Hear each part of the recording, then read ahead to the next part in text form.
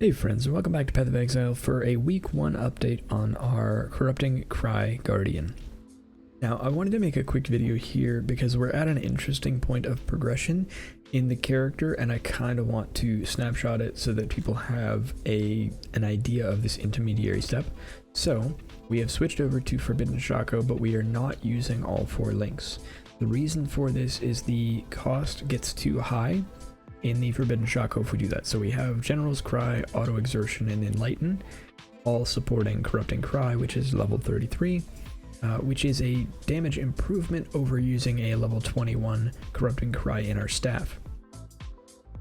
So we're using the Shako anyway, and we have to wait until we have enough mana reservation efficiency to put in Brutality. So we have Brutality, but if we put Brutality in, we're not able to support both Auto Exertion and Herald of Purity and Pride.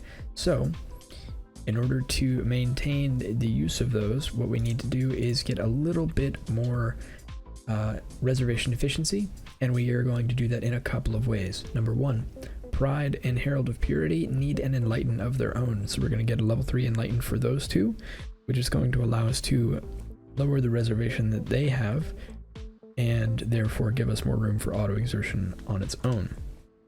The next thing we're going to do is right over here we have reservation efficiency. We need another small cluster with reservation efficiency right here, and that's going to replace the unspeakable gifts that I have right now.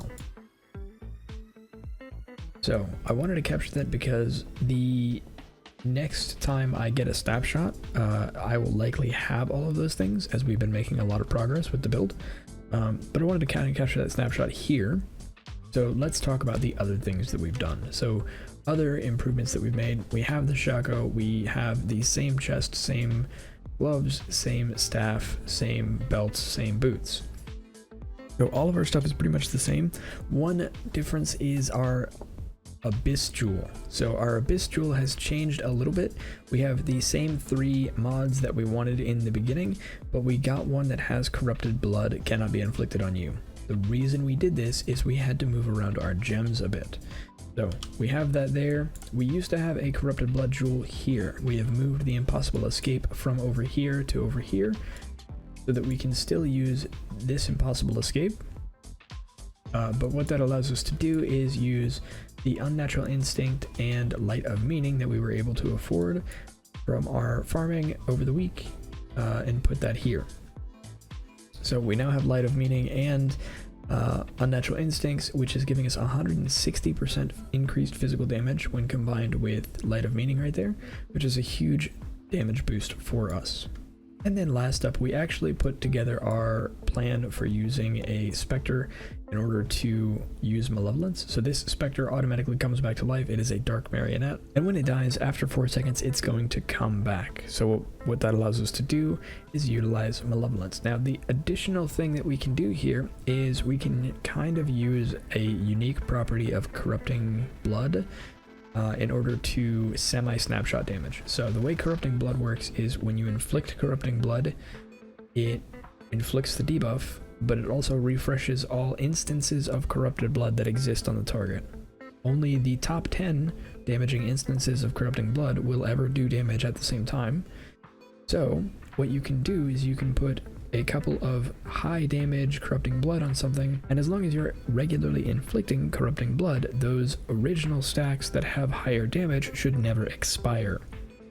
So the thought here is whenever we come up to a single target, we pop the Malevolence, and then our Spectre's life is going to start draining. At any point we can stop this. We only need 3 cries to get 10 stacks, and then we should be able to refresh that indefinitely. I still don't love this because I don't love the inconsistency or having to press the button or remembering to have the uptime or not knowing whether or not your uptime is actually there.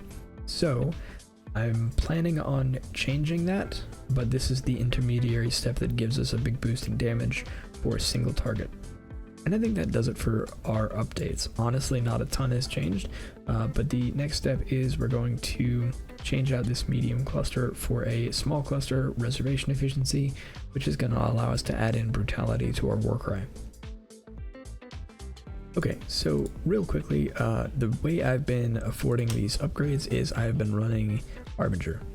There's no big secret to making a bunch of currency. The best thing that you can do is find a farming method that you enjoy that is profitable.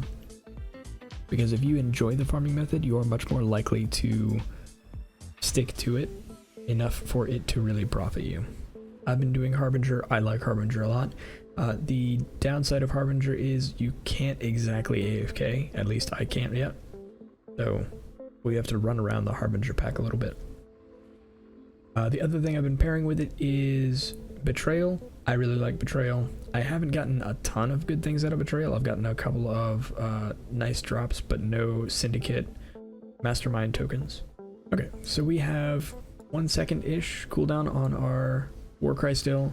I'd like to get that lower, but that is one of our lowest priorities, and that's just going to be with tattoos later on. And so all we do is find our Harbingers, run around them, wait for them to spawn, and then once that's complete, we move on to the next one.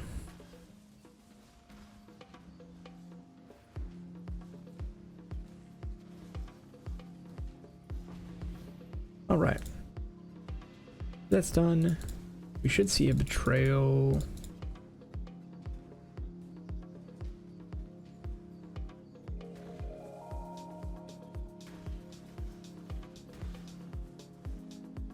Alright, once we run into packs like this, I just run between them so that I can drop the Corrupted Blood and then let Unspeakable Gifts kind of cover some of the clear there. We get pretty good coverage on our Corrupting Cry, but not too much to worry about there. Alright, so we now have Betrayal here. Don't really need to worry too much about this. If you want to, you can drop Malevolence, drop your curses, and they're done. Alright, so a couple of things I really enjoy about Harbingers is, number one, Harbingers are kind of independent of all rarity and quantity that are on your maps, so there's no real point in rolling up your maps. Betrayal operates the same kind of way. While their individual drops might improve, the drops that you're going for really aren't going to. So, I really enjoy that aspect, as it simplifies running maps. The other thing I really like is the amount of experience you will get from running Harbingers. Now, one thing of note for Harbingers is a lot of people have the idea that your profits are all going to come from fracturing orbs. I don't find that to be true in my experience. My experience is that ancient orbs are the majority of your profits. Annuls usually contribute a lot, but annuls are really cheap right now, so they're not really helping. And then fracturing orbs are a nice little bonus, and mirror shards do not exist. So that is how I look at Harbinger. The other thing that's going to give you a nice amount of bonus currency is the Exalted Shards, as they sell for about 11 chaos a piece right now.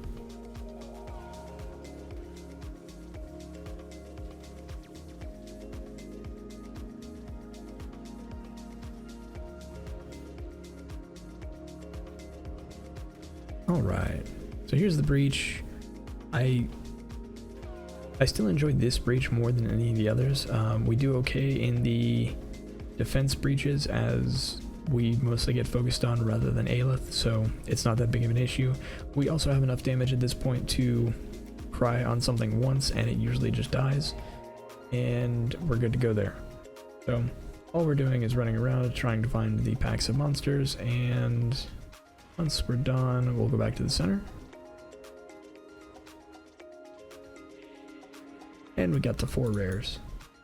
All we're gonna do here is pop Malevolence first, and we didn't even need Malevolence for very long. Alright, and last up the boss, which is gonna be mostly a joke just because this map isn't rolled at all. So if we want to, we can pop Malevolence, throw down our curse, and then watch as their health disappears. And we're done.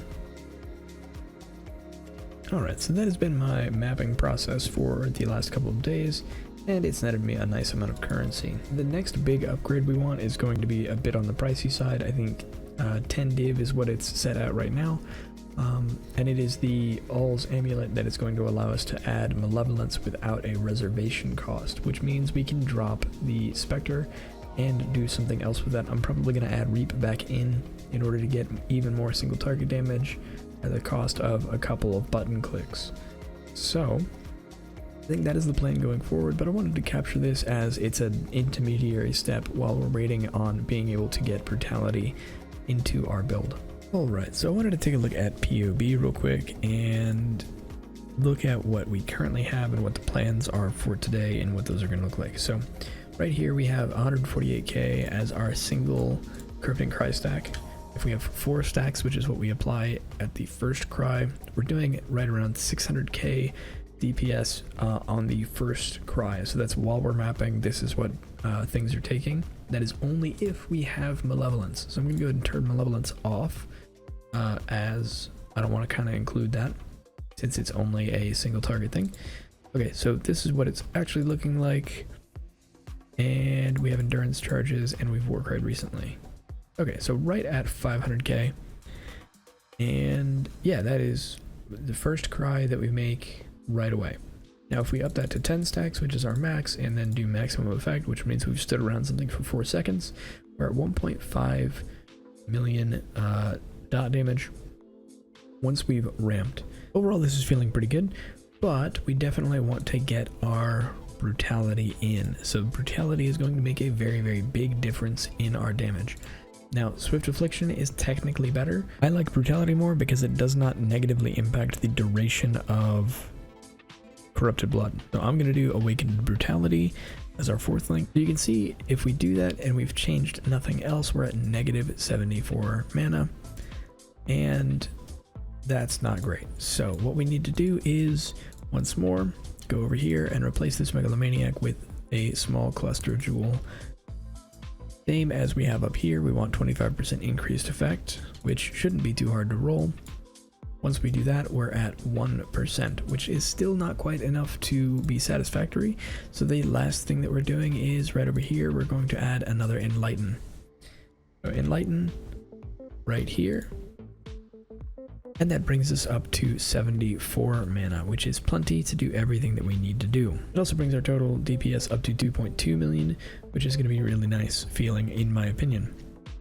Now the next step is adding back in Malevolence. So if we add in Malevolence here, using the Spectre and Guardian's Blessing, we get really, really close to 3 million. But I kind of don't want to do that because I don't want to have to think about this or forget about it or anything like that. I kind of just want Malevolence to be there. So here is the plan for that. We are going to use an amulet called Auls Uprising.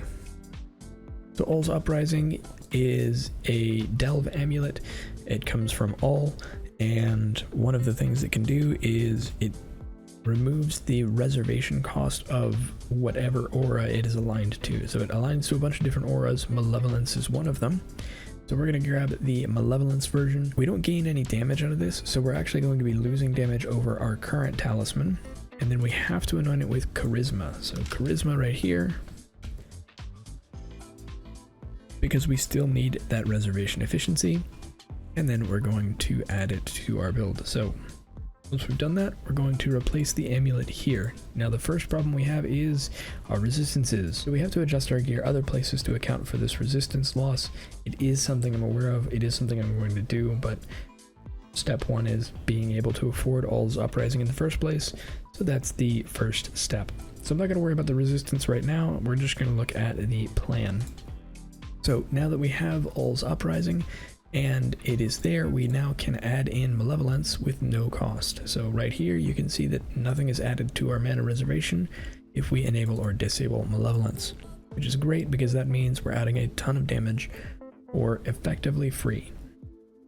Now what I plan to do aside from this is I'm going to add it to Arrogance. So right over here we have Petrified Blood, Arrogance, Vitality, and Frostblink. I'm going to put Frostblink somewhere else, and we're going to put in Malevolence right here. The reason we're going to do this is because Arrogance changes the reservation of a skill to life rather than mana, and it increases the aura effect of whatever it's supporting. Because The Auls amulet doesn't specify that it has no mana reservation, it has no reservation.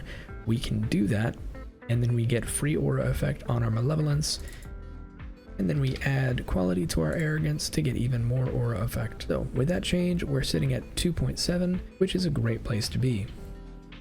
Now that we've removed Raised Spectre, we can add back in a Reap. And this is something that I'm going to play around with because I don't know how exactly I want to handle using a Reap setup. I don't know whether or not I just want to optimize it for Val Reap or if I want to do something else.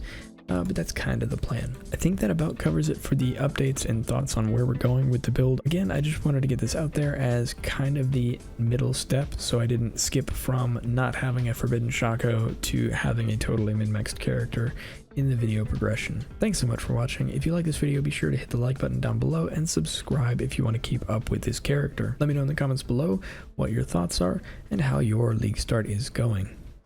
Thanks again, and I'll see you next time.